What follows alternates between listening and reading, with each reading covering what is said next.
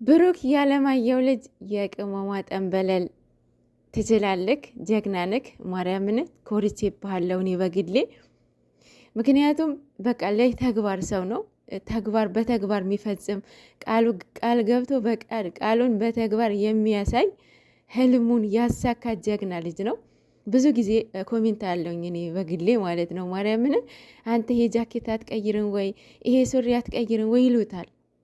እና ተግባር አላማ ካላችሁ ከአላማችሁ የአላማችሁ ወይም የስኬታችሁ ቦታ እስክትደርሱ ድረስ ለእናንተ ኬር አታደርጉትም።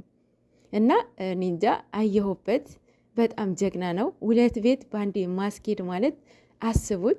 ብር መስጠት ባይዘው ቀላል ሊሆን ይችላል፣ ግን የሚያሰራውን ሰው ነው ዋና ትልቁ እንትን ሚና የሚጫወተው ማለት ነው። እና ሀብም እግዚአብሔር ያክብርህ በእውነት እኔ እንጃ በጣም ጎበዞች ናችሁ። በጣም የነሱ ደግሞ በጣም የሚከባበሩ የእናታቸው በጣም በቃ ልዩ ቦታን አላቸው፣ ልዩ ፍቅርን አላቸው፣ ልዩ ክብርን አላቸው።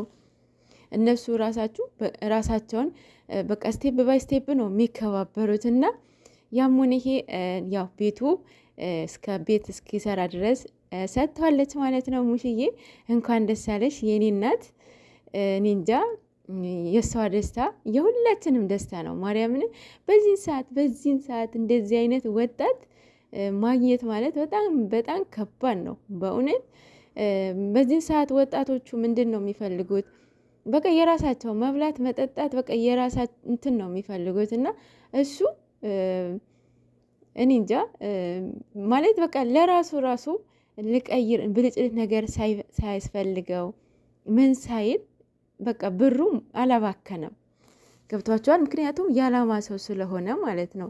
ዓላማችሁ ስታሳኩ፣ ዓላማ ካላችሁ የዓላማችሁ ቦታ እስክትደርሱ ድረስ እንጃ ብዙ ነገር ትማራላችሁ። ማርያምን እኔ በግሌ ኮርቼ ባለው ወንድማችን የእናት ምርቃት ደግሞ በጣም በጣም ጥሩ ነው።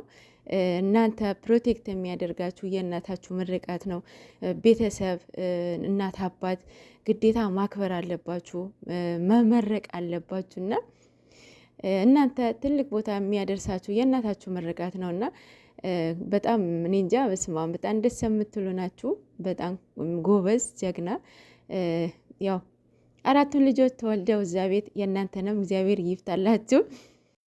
ብዙ ወጣቶች አብዛኛው ወጣቶች በሱ ትማራላችሁ ብዬ አስባለሁኝ። ማለት እናት በመሆኗ መከበር አለባት። እናት ግዴታ የኔ እናት ብቻ አይደለም፣ መጽሐፍ ቅዱስን እናት አባትን አክብር ሲል የኔ እናት ብቻ አይደለም ማክበር አለብኝ፣ ዓለም ያሉትን እናቶች ማለት ነው። እና ትላንትና የእሙሽን እየዘቀዘቋት እያየሁኝ ነበርና በጣም እየገረማችሁኝ እያሳዘናችሁኝ ነበረ። ማለት ወጣቶች በሰሩትን እናት መዘቅዘቅ እኔ እንጃ። ነገ እኮ እኛ ትዳር ይዘን ልጅ እንወልዳለን እግዚአብሔር ቢፈቅድ ማለት ነው፣ እናት እንሆናለን። እና የምዘቀዝቁ ያው ልቦና ይስጣችሁ። ትልቁ ምርቃት ምንድን ነው? ልቦና ይስጣችሁ ነው። እና ልቦና ይስጣችሁ ማለት ነው። እናትን አዘቅዝቁ። ነገ እኛ የዘራ ነው የምናጭደው። በእውነት ዛሬ ኢሞሽናል ሆነን የፈለገ ነገር ብናወራ የፈለገ ነገር ብናደርግ በስልካችን ማለት ነው፣ ነገ ምን እንደሚያገኘን አናቅም። የተናገርነውን ፍሬ ነው የምናገኘው ማለት ነው። እና ለሁላችንም ልቦና ይስጠን ማለት ነው።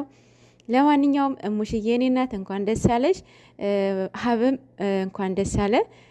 ያው ዋናው ብሩክ የእናትክ ምርቃት ትልቅ ደረጃ አድርሰዋችሁ ተጋብታችሁ ከቅመሟ ጋር 4 ልጆች ወልዳችሁ እምናይ ያብቃን።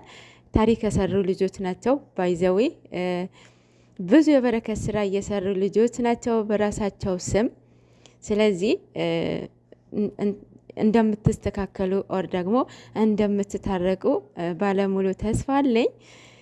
ለማንኛውም ቅመምዬ የኔ ቆንጆ ብዙ ነገር ያስተምራቸዋል።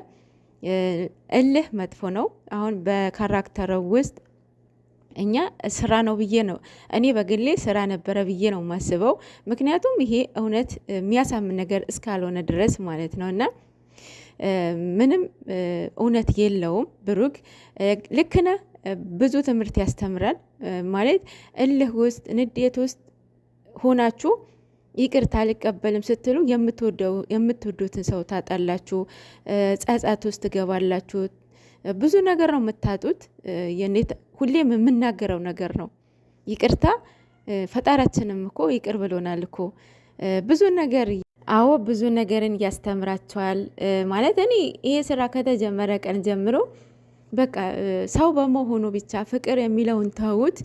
ሰው በመሆኑ ብቻ ሰው ያንን ሰው ጓደኛችሁ የደስታው ጊዜ ብቻ አይደለም ካጠገቡ መሆን ያለባችሁ፣ በሀዘን ጊዜ በተከፋ ጊዜ አጠገቡ መሆን አለባችሁ። ሲቀጥል ማንንም ሰው ይቅርታ፣ ሰው ፍጹም አይደለም። ይቅርታ ሲላችሁ ይቅርታን መቀበል አለብን። እንዴ ፈጣሪያችን እኮ ብዙ ነገር አድርሰን ብዙ ነገር አድርሰውበት ብዙ ነገር ማለት ነው የሚያደርጉትን ያቆምና ይቅር በሏቸው ብሎናል አይደል? ሰው እኛ ማንንና ነው ይቅርታ ማናደርገው? እና ብዙ ነገር ትማራላችሁ። ቅመምዬ የኔ ቆንጆ የኔ እናት ያው ብዙ ነገር ያስተምረናል ለኛም እና እቺ ሴትዮ እኮ በቃ እየተከታተለችን እያቋረጠችኝ ምናምን ማለት ነው። እና ለማንኛውም ሰላማችሁ ይብዛልኝ።